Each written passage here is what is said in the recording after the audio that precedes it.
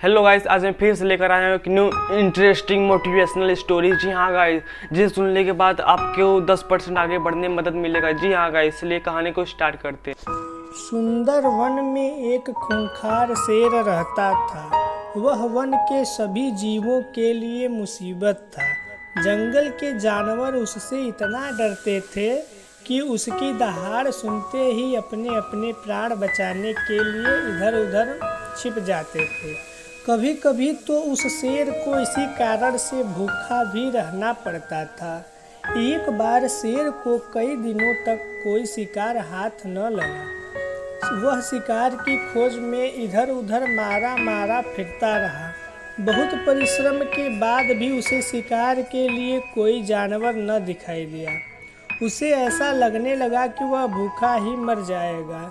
शेर शिकार की खोज में अपनी गुफा से बहुत दूर निकल आया। अचानक उसने देखा कि सामने एक बड़ी सी गुफा है जिसका द्वार खुला हुआ है। गुफा देखकर शेर के मन में विचार आया कि जरूर इस गुफा में कोई न कोई जानवर रहता होगा। इसके भीतर चलकर देखना चाहिए, हो सकता है कि कोई शिकार अंदर बैठा हो। यह सोचकर शेर गुफा के अंदर चला गया, लेकिन इस समय गुफा में कोई न था।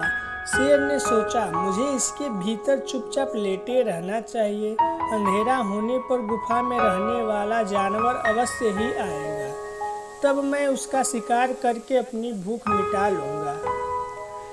कुछ समय बाद अंधेरा होने लगा। रात में सारा जंगल चांदनी से नहाया हुआ था।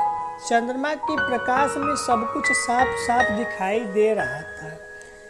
जिस गुफा में शेर घुसा था वह एक लोमड़ी की थी।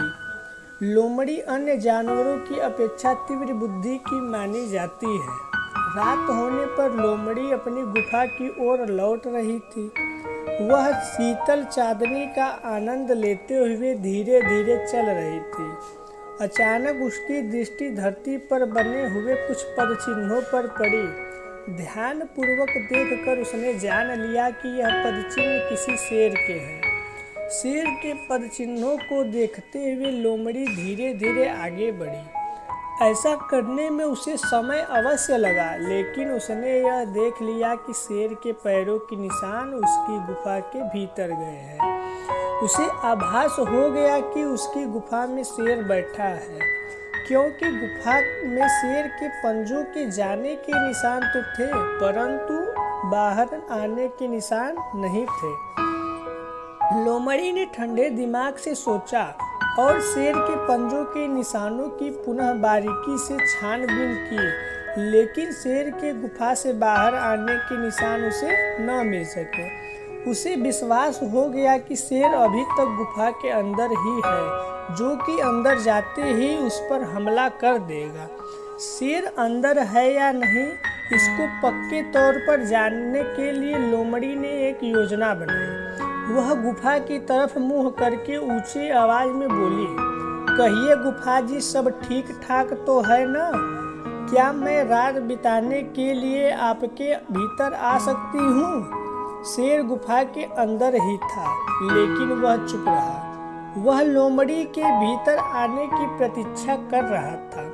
लोमड़ी ने एक बार पुनः प्रश्न दोहराया, गुफा ओ मेरी गुफा, आज आप चुप क्यों हो? मुझे बताती क्यों नहीं कि मैं भीतर आऊं या कि न आऊं?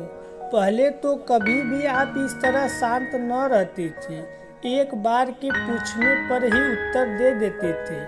आज आपको क्या हो गया? जब तक आप मुझे अंदर आने के लिए न कहोगी, तब तक मैं भीतर नहीं आऊंगी। लोमड़ी की बातों को सुनकर शेर असमंजस में पड़ गया। वह यह नहीं सोच पा रहा था कि अब क्या करे। वह चुपचाप अंदर ही बैठा रहा। लोमड़ी ने दोबारा गुफा से दूसरे तरीके से बात करने की सोची। इस बार लोमड़ी ने कहा, मेरी प्यारी गुफा, आपके चुप रहने का रहस्य मैं जान चुकी हूँ। आज भीतर अवश्य ही कोई खूंखार जानवर बैठा है, जिसके कारण आप मुझसे बात नहीं कर रही हो। अच्छा, तो मैं चलती हूँ। शेर को लगा कि शिकार हाथ से निकल रहा है। उसने सोचा कि जरूर यह गुफा लोमड़ी से बात करती होगी। मेरे डर के मारे गुफा आज लोमड़ी से बात नहीं कर रही है। चलो गुफा की तरफ से मैं ही बोल देता हूँ।